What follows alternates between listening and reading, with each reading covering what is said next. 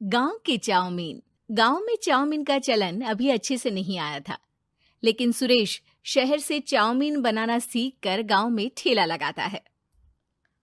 अरे ये केचुआ है क्या भैया? कैसे खाया जाता है?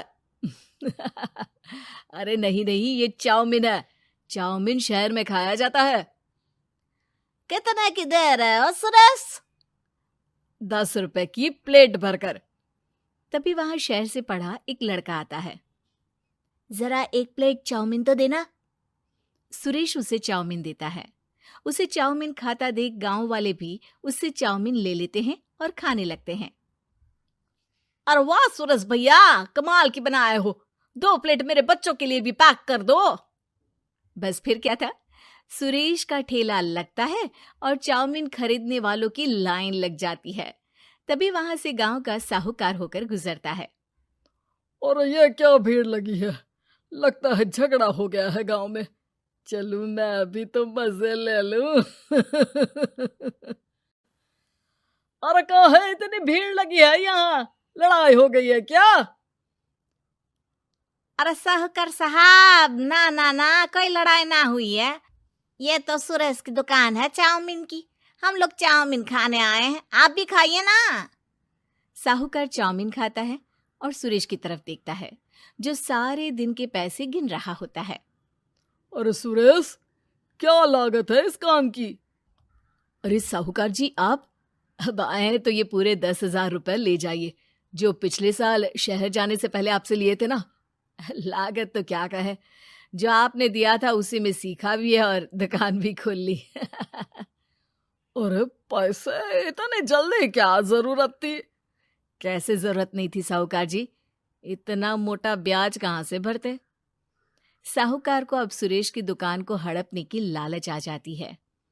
नाना करते ये सारे दिन में 500 रुपए कमा ही लेता है। अरे गांव में ये ऐसे ही कमाता रहा तो कहीं ब्याज का काम ना शुरू कर दे। अरे भैया, कोई ना कोई जुगाड़ तो करना पड़ेगा। अब साहूकार घर आ जाता है और अपनी बीवी को सारी बात बताता है। हाँ जी, ये तो मैंने भी सुना है कि सुरेश के हाथ की चाउमीन नहीं खाई तो कुछ नहीं खाया। अरे हाँ हाँ, सही ही कहते हैं। मैं भी खा कर ही आ रहा हूँ। अरे भाग्यवान है, कितना अच्छा हो ना अगर वो पैसा हम लोगों को मिल जाए। क्यों? हैं? हाँ, वो तो है, लेकिन कैसे?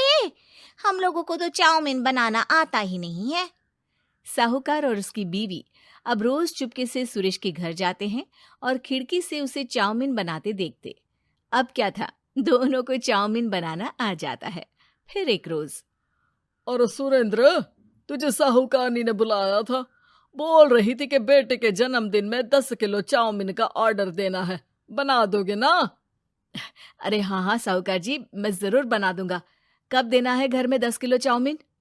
अरे वो तो तू घर आकर बता कर लेना, मैं नहीं बता पाऊंगा। ठीक है, शाम को काम निपटा कर आ जाता हूँ। सुरेश साहूकार के घर जाता है, लेकिन वहां मियाँ बीवी मिलकर उसे बंधक बना लेते हैं। अरे मुझे क्यों बांध रखा है? मुझे छोड़ दो।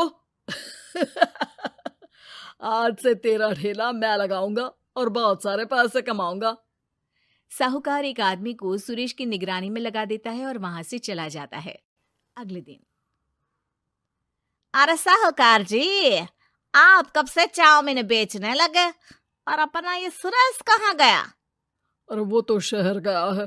उसका कोई काम निकल आया था। बोल रहा था कि जब तक वो ना आए तब तक मैं ही उसके ठेले का काम कर दूं। पैसे भी तो बहुत उधार ले रखे थे उसने। लगता है कर्जा भरने के डर से भाग गया है। अरे पर वो तो बोल रहा था कि उसने सारा कर्जा उतार दिया है, और वो क्यों भागेगा? इतना तो कमा रहा था। अरे मुझे क्या पता। अरे चाउमीन खाना है तो बोलो, नहीं तो भागो यहाँ से। अरे हाँ हाँ, दे दो दे दो। अब तो चाउमीन खाना पूरे गांव के लोगों के लिए आदत ही बन गया है। ना खाओ तो नींद ना आए। हाँ हाँ, तो लो और निकालो 50 रुपए। 50 रुपए क्यों? सुरेंद्र तो 10 रुपए में देता था। अरे वो पागल था, मैं थोड़ी ना हूँ। गांव वाले, जिनको चाउमीन की लत लग गई थी, वो करते भी क्या, दे दो और ये लो 50 रुपए। लेकिन फिर साहूकार उन लोगों को प्लेट में थोड़ी सी चाउमीन रख देता है। अरे ये क्या, पैसे 5 गुना ज्यादा और चाउमीन बस इतनी सी। अरे साहूकार साहब, भगवान से तो डरो। बस फिर क्या था, साहूकार की मन मर्जी चलने लग जाती है और गांव वाले करते भी क्या। एक रोज मुझे तो लगता है कि सुरेश को साहूकार ने मार डाला होगा, क्योंकि उसका काम इतना अच्छा चल रहा था, फिर वो क्यों जाता, और वो भी साहूकार के हवाले दुकान करके। ना बाबा ना। अगले रोज भाग्यवान, देखो तो जरा, इस सुरेश भी ना कितना पागल था।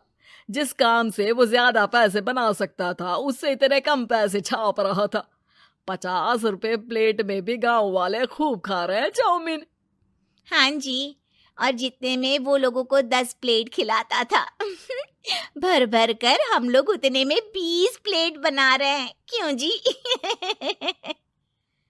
वहीं सुरेश रोज भगवान से मांगता कि बस एक बार वो किसी तरह वहां से निकलने में कामयाब हो जाए, लेकिन उसकी हर कोशिश नाकामयाब होती। फिर एक दिन, अरे भाग्यवान, ऐसा कुछ करो कि चाउमीन बनाने का खर्चा आधा हो जाए, जिससे हम लोगों को और मुनाफा हो। ना जी, मुझे तो कोई तरकीब ना सूझ रही। अरे सुनो, एक काम करते हैं, चाउमीन बनाने में जो सब्जी लगती है वो मंडी में लेने तुम देर रात चली जाना। तब तक वो सारी सड़ी गली सब्जी जो दुकानदार वहीं फेंक जाते हैं, वो उठा कर ले आना फ्री में। अरे वाह जी वाह, आप तो बहुत समझदार हैं जी। बीवी वैसा ही करती है, लेकिन अब लोग चाउमीन खाते तो मुंह बनाकर। फिर एक बार, अरे राम राम राम, ये पेट में दर्द काहे हो रहा है? आई, आई, आई, आई, आई। हाय रे हाय, मेरा भी पेट दर्द के मारे फटा जा रहा है। सभी को शक हो जाता है कि उन लोगों को चाउमीन खाने से ही ये बीमारी हो गई है। वहीं दूसरी तरफ जो आदमी सुरेश की निगरानी कर रहा था, वो सो रहा होता है और मौका देखकर सुरेश वहां से भाग जाता है। सुरेश गांव वालों के पास जाकर उन्हें सब कुछ बता देता है। बस अब क्या था, साहूकार के घर पुलिस पहुंच जाती है। चलो, तुमने गांव के लोगों को खराब सब्जी वाली चाउमीन खिलाकर बीमार किया और सुरेश को बंधक बनाया। तुम्हें इसीलिए हम गिरफ्तार कर रहे हैं। साहूकार को पुलिस ले जाती है और फिर अगले दिन से सुरेश का ठेला गांव के बाजार में लग जाता है, जहां अब पहले से ज्यादा भीड़ होती है।